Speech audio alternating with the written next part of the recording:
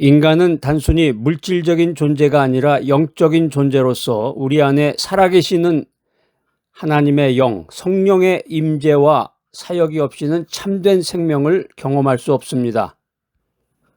서구 철학의 거장이었던 아리스토텔레스는 인간은 로고스를 가진 동물이다 이렇게 말했는데, 이렇게 말하면서 이성의 중요성을 강조했습니다. 여기서 이제 인간은 로고스를 가졌다. 이 로고스라는 게 단순히 언어나 논리를 넘어선 우주적인 이치라든가 질서를 의미하는 말입니다. 그런데 우리 기독교 신앙 안에서 이 로고스라는 말은 아주 특별한 말입니다. 이 로고스는 말씀이신 하나님을 지칭하는 말입니다. 그 말씀이 육신이 되어서 오신 예수 그리스도를 통해서 우리는 이터널 라이프를 얻게 됩니다.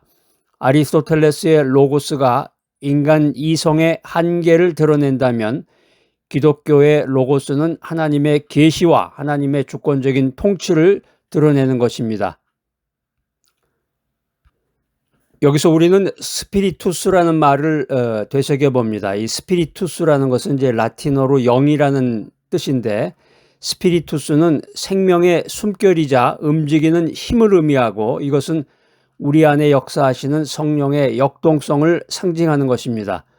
성령 없는 신앙은 숨쉬지 않는 몸과 같습니다. 아무리 아름다운 형상을 하고 있더라도 생명이 없는 것이다 라는 것입니다. 성령의 역동성이 없이는 우리의 신앙은 형식적인 행위에 불과하게 됨을 기억하시기 바랍니다. 존 칼빈은 그의 기독교 강요라는 책에서 성령의 역할을 하나님의 영은 우리의 마음을 새롭게 하고 그리스도와의 연합을 가능하게 하는 유일한 수단이라고 강조했습니다.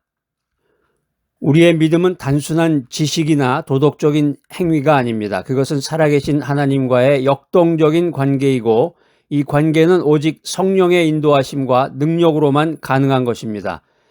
성령은 우리 안에 거하시면서 우리가 하나님의 뜻을 깨닫고 그 뜻에 순종하며 살아갈 수 있도록 힘을 주십니다.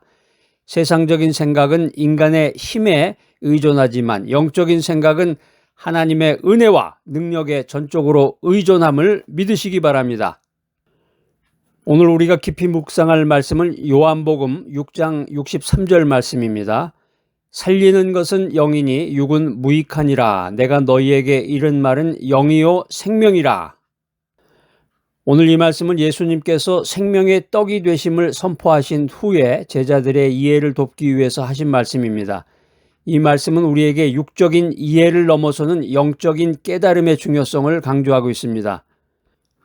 예수님께서는 살리는 것은 영이니 육은 무익하니라 이렇게 말씀하셨는데, 여기서 이제 영이라고 하는 말이 헬라어로 푸뉴마인데, 푸뉴마는 단순히 인간의 영혼을 넘어선 하나님의 성령을 의미하고 있습니다.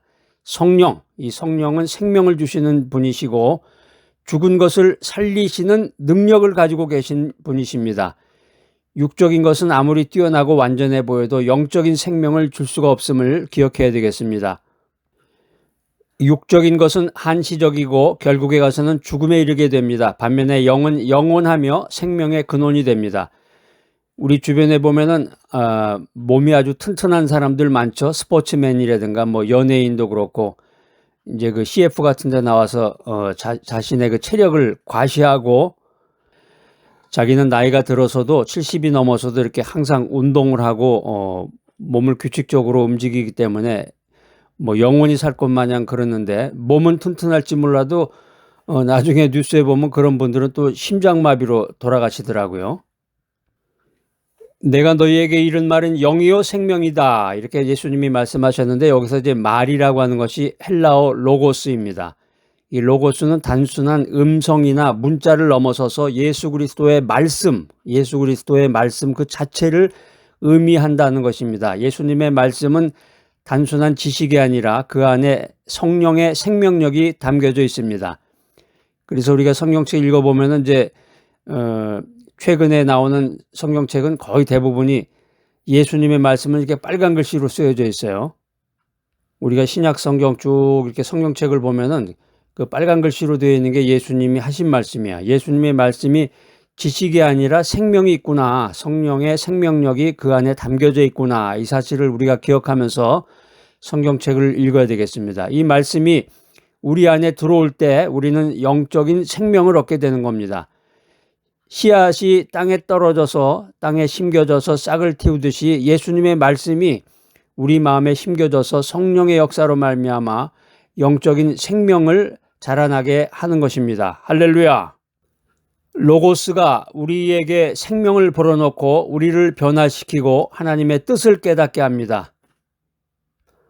우리가 육적인 욕망과 세상의 헛된 추구를 버리고 오직 성령의 인도하심을 따라서 예수님의 말씀에 순종하며 살아갈 때 진정한 생명을 얻을 수 있다. 이렇게 성경은 우리들에게 말하고 있습니다. 성령이 역사하지 않으면 죽은 신앙이다라는 이 귀한 메시지가 우리들에게 주는 말씀이 있습니다. 첫 번째 핵심 메시지는 성령의 내주하심이 참된 생명의 원천이 된다라고 하는 것입니다. 로마서 8장 9절 말씀입니다. 만일 너희 속에 하나님의 영이 거하시면 너희가 육신에 있지 아니하고 영에 있나니 누구든지 그리스도의 영이 없으면 그리스도의 사람이 아니라.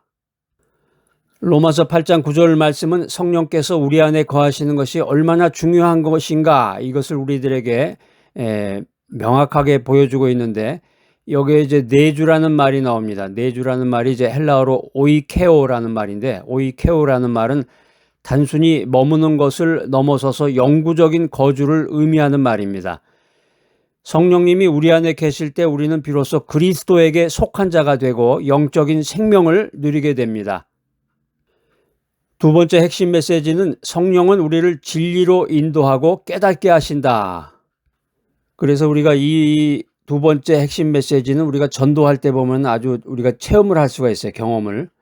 하나님의 말씀을 이렇게 전해도 그 사람이 귀가 있어서 듣기는 하는데 이해를 못하죠. 이해를 못하고 깨닫질 못하는 거야. 그러니까 하나님의 말씀을 전하는 것이 이제 우리들의 의무인데 말씀을 전했을 때 그 사람이 깨달을 수 있는 것은 성령이 그 사람과 함께 했을 때 성령 충만했을 때 그 사람이 그 말씀을 깨닫게 되는 것입니다. 요한복음 16장 13절에 보면 이렇게 기록되어 있습니다. 진리의 영이 오시면 그가 너희를 모든 진리 가운데로 인도하시리니 그가 스스로 말하지 않고 오직 듣는 것을 말하시며 장래일을 너희에게 알리시리라. 성령께서는 우리에게 진리를 계시하십니다. 성령께서는 하나님의 말씀을 올바르게 이해하도록 돕는 분이십니다. 우리의 제한된 이성으로는 하나님의 깊은 뜻을 알 수 없습니다. 온전히 깨달을 수가 없습니다. 오직 성령의 조명하심이 있을 때 우리는 성경의 진리를 깨닫고 그 진리가 우리 삶에 적용될 수 있도록 인도받을 수 있는 것입니다. 성령의 인도하심이 없다면 우리의 신앙은 맹목적이고 표류하게 될 것입니다. 세 번째 핵심 메시지는 성령은 우리에게 능력과 은사를 주신다. 사도행전 1장 8절 말씀, 우리 이제 암송구절인데 오직 성령이 너에게 임하시면 너희가 권능을 받고 예루살렘과 온 유대와 사마리아와 땅끝까지 이르러 내 증인이 되리라 하시니라. 그러니까 성경 말씀을 그냥 단순히 읽는 거하고 암송을 해서 성경 말씀을 깨닫는 성경의 그 진리의 메시지를 깨닫는 거하고는 전혀 이게 차원이 다릅니다. 오늘 이 사도행전 1장 8절 말씀은 성령의 임재가 우리에게 복음을 증거할 수 있는 이 디나미스를 주신다라는 것입니다. 디나미스. 기억나시죠, 여러분? 권능, 파워, 디나미스, 다이나마이트와 같은 그 강력한 힘을 주신다. 성령은 다양한 은사들을 통해서 교회를 세우고 복음을 확장하는 데 사용합니다. 우리가 성령의 능력을 의지할 때 우리는 세상의 어둠을 밝히는 빛이 되고 하나님의 영광을 드러내는 통로가 될 수 있습니다. 성령의 능력이 없으면 세상의 유혹과 도전에 맞설 수가 없는 것입니다. 우리가 이제 복음을 전하다가 누가 뭐라고 한마디만 해도 슬그머니 꼬리를 내리고 자리를 뜨는 경우가 있는데 성령의 능력이 없어서 그래. 디나미스를 받아라. 디나미스. 성령의 능력이 그렇게 대단한 건가요? 하고서 이제 질문하시는 분이 계시네. 저쪽에 뒤에 계신 분은 이제 성령에 대해서 아주 좀 고개를 갸우뚱하면서 의심스러운 눈초리로 이렇게 쳐다보시는 분도 있는 것 같은데 교회 생활을 오래 하고 모태신앙이다. 어렸을 때부터 교회를 다녔다. 교회에서 직분을 가졌다. 이런 사람도 성령의 능력을 잘 모르고 성령 충만하지 않은 거죠. 성령 충만한 생활을 해보지 않았고 또 성령을 잘 모르는 사람도 있어요. 성령을 모르고 성령 충만하지 않으면 이 삶이 변화가 되지 않는 겁니다. 우리 성경에 보면 참 좀 희한한 사람이라고 그럴까? 이해되지 않는 사람 중에 한 명이 그 베드로라는 사람이 있어요. 베드로는 예수님을 3번이나 부인을 했어요. 예? 예수님의 수제자였잖아요. 예수님이 아주 가장 인정하는 제자였는데 그런 사람이 예수님을 부인하면 어떻게 되겠어? 예수님을 3번이나 부인했던 아주 인간적으로 연약하고 그냥 충동적인, 또 직업도 어부에 불과했던 아주 무식한 그런 사람, 베드로란 말이에요.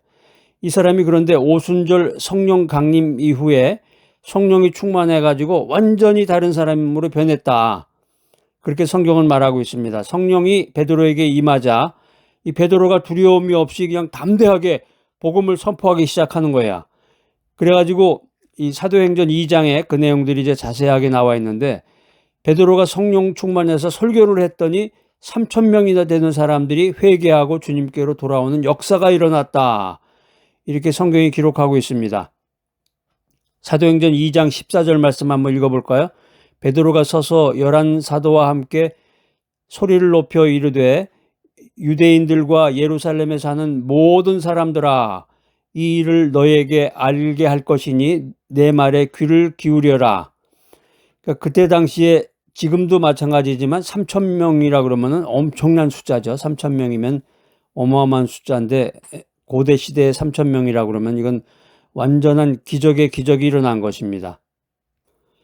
베드로는 성령의 dynamis로 병든 자를 치유하고 복음의 능력을 증거하고 초대교회를 세우는데 핵심적인 역할을 했습니다. 우리는 베드로를 통해서, 성령 충만했던 베드로를 통해서 우리의 과거의 연약함과 실패가 중요한 게 아니라 성령의 임재와 성령의 능력이 우리를 변화시켜서 하나님의 위대한 도구로 사용될 수 있음을 배울 수가 있는 것입니다. 할렐루야.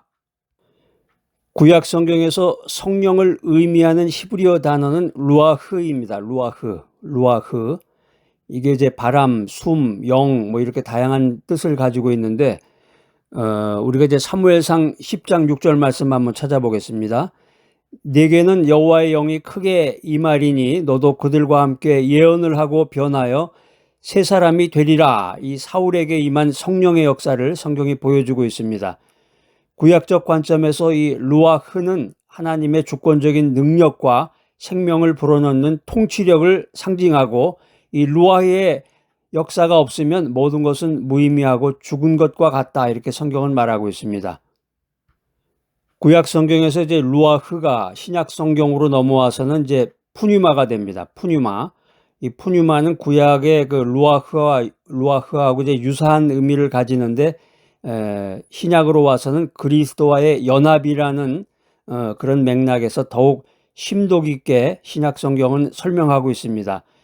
요한복음 3장 5절로 6절 말씀 한번 찾아보겠습니다. 예수께서 대답하시되 진실로 진실로 내게 이르노니 사람이 물과 성령으로 나지 아니하면 하나님의 나라에 들어갈 수 없느니라. 육으로 난 것은 육이요 영으로 난 것은 영이니라. 이렇게 예수님이 말씀하고 계십니다. 여기서 이제 푸뉴마라고 하는 것이 거듭남의 주체다라는 말이에요. 우리가 그리스도와 연합해서 새로운 피조물로 태어나게 하는 역동적인 힘이 푸뉴마다. 바울 서신에서도 이 푸뉴마는 그리스도 안에서 성도가 누리는 새로운 생명과 자유, 그리고 의를 강조하고 있습니다. 로마서 8장 1절로 2절 말씀 한번 찾아보겠습니다. 그러므로 이제 그리스도 예수 안에 있는 자에게는 결코 정죄함이 없나니 이는 그리스도 예수 안에 있는 생명의 성령의 법이 죄와 사망의 법에서 너를 해방하였음이라. 이렇게 성경은 선포하고 있습니다. 신약적인 관점에서 이 푸뉴마라고 하는 것은, 푸뉴마는 우리를 그리스도와 연합시키고 죄와 사망의 권세에서 해방시키시고 또 하나님의 자녀로서 새로운 삶을 살게 하는 dynamis입니다. 이 푸뉴마의 역사가 없다 그러면은 우리의 신앙은 형식적이고 종교 행위에 머물고 말 것입니다. 죽은 신앙이에요, 죽은 신앙. 우리가 말씀을 가슴에 품고 살아가는데 필요한 삶의 원칙들을 나눠보겠습니다. 첫 번째 원칙은 말씀 안에 거하라. 요한복음 15장 7절 말씀 한번 읽어보겠습니다. 너희가 내 안에 거하고 내 말이 너희 안에 거하면 무엇이든지 원하는 대로 구하라. 그리하면 이루리라. 오늘 이 요한복음 15장 7절 말씀은 예수님의 말씀이 우리 안에 거할 때 기도의 응답을 경험할 수 있다. 이런 메시지를 우리들에게 주고 있습니다. 우리가 말씀 안에 거할 때 성령님께서는 그 말씀을 통해서 우리에게 역사하시고 하나님의 뜻을 깨닫게 해주신다라고 하는 것입니다. 너희가 내 안에 거하고 내 말이 너희 안에 거하면, 거하다. 이 거하다라는 것이 헬라어로 메노인데요. 메노라고 하는 말이 단순히 잠깐 있다 가는 게 아니라, 잠깐 머무는 것이 아니라 지속적으로 연합하고 의존하는 관계를 의미합니다. 우리가 믿음 생활하면서 말씀 안에 거하는 삶은 우리에게 영적인 양식을 제공하고 죄를 이길 힘을 주고 하나님의 뜻을 분별하는 지혜를 준다. 이 사실을 믿어야 되겠습니다. 두 번째 원칙은 성령의 임재를 구하라. 에베소서 5장 18절 말씀을 기억해야 되겠습니다. 술 취하지 말라. 이는 방탕한 것이니 오직 성령으로 충만함을 받아라. 이 말씀은 에베소서 5장 18절 말씀은 성령 충만이 우리가 추구해야 할 삶의 중요한 목표임을 강조합니다. 성령의 임재를 구하는 것은 단순히 감정적인 경험이 아니라 성령의 인도하심에 전적으로 순종하고 그분과의 친밀한 교제를 지속해 나가는 것입니다. 세 번째 원칙은 믿음과 순종으로 살아가라. 로마서 1장 17절 말씀에 보면 이런 말씀이 기록이 되어 있습니다. 복음에는 하나님의 의가 나타나서 믿음으로 믿음에 이르게 하나니 기록된 바 오직 의인은 믿음으로 말미암아 살리라 함과 같으니라. 우리가 이제 믿음 생활할 때 우리는 하나님의 능력을 경험하고 그분의 뜻에 순종하게 됩니다. 성령은 우리가 믿음으로 나아갈 수 있도록 도와주시고 순종의 삶을 통해서 하나님의 영광을 드러내게 하십니다. 복음에는 하나님의 의가 나타나서 믿음으로 믿음에 이르게 하나니, 여기 이제 믿음 계속 믿음이 나오는데 헬라어 이제 피스티스죠. 피스티스라고 하는 건 이제 단순히 지적 동의가 아니라 전적인 신뢰, 전적인 의탁을 의미하는 말이 믿음입니다. 혼자 사시는 할머니하고 설교를 잘 못하시는 목사님하고 공통점은 뭘까요? 사람들이 이제 교회 가가지고 목사님이 설교를 하시면 자꾸 이렇게 시계를 보게 되거나 아니면 졸거나 또 혼자 사시는 할머니 두 분의 공통점은 뭐예요? 영감이 없다는 거예요. 영감. 혼자 사는 할머니 이제 영감이 없잖아요. 먼저 돌아가셔서. 그 다음에 설교를 못 하시는 목사님도 이제 영감이 없는 거지. 영감이. 성령이 역사하지 않으면 죽은 신앙이다. 영국의 유명한 설교자였던 찰스 스펄전은 이런 말을 했습니다. 성령 없이는 가장 웅변적인 설교도 죽은 설교일 뿐이다. 이 찰스 스펄전의 말은 성령의 역사 없이 우리의 신앙이 얼마나 무기력한 것인가 하는 것을 우리들에게 분명히 보여주고 있습니다.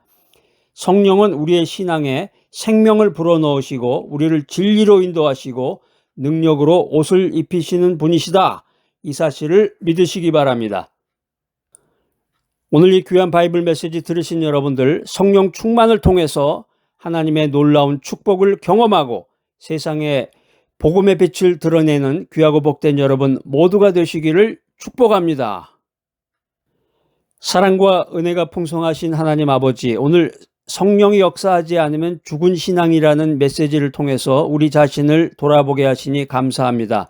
세상의 헛된 지혜와 육적인 욕망을 쫓았던 우리의 연약함을 고백합니다.